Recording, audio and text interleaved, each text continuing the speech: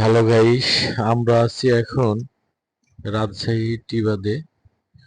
সপরিবার সহ আমরা একটু টিবাদে ঘুরতে এসেছি। সাথে ছিল আমাদের ভাইরা ভাইয়ের পরিবার। সবাই মিলে একটু আমরা মজা করার চেষ্টা করছি। যদিও রাতের অন্ধকারে অনেক লোকের সমাগম, সেই সমাগমের মধ্যেই আমরা একটু বিনোদন খোঁজার চেষ্টা করছি মাত্র। সাথে আছে আমার ছেলে, সেও আমাদের সাথে যোগ দিয়েছে। আমরা এখন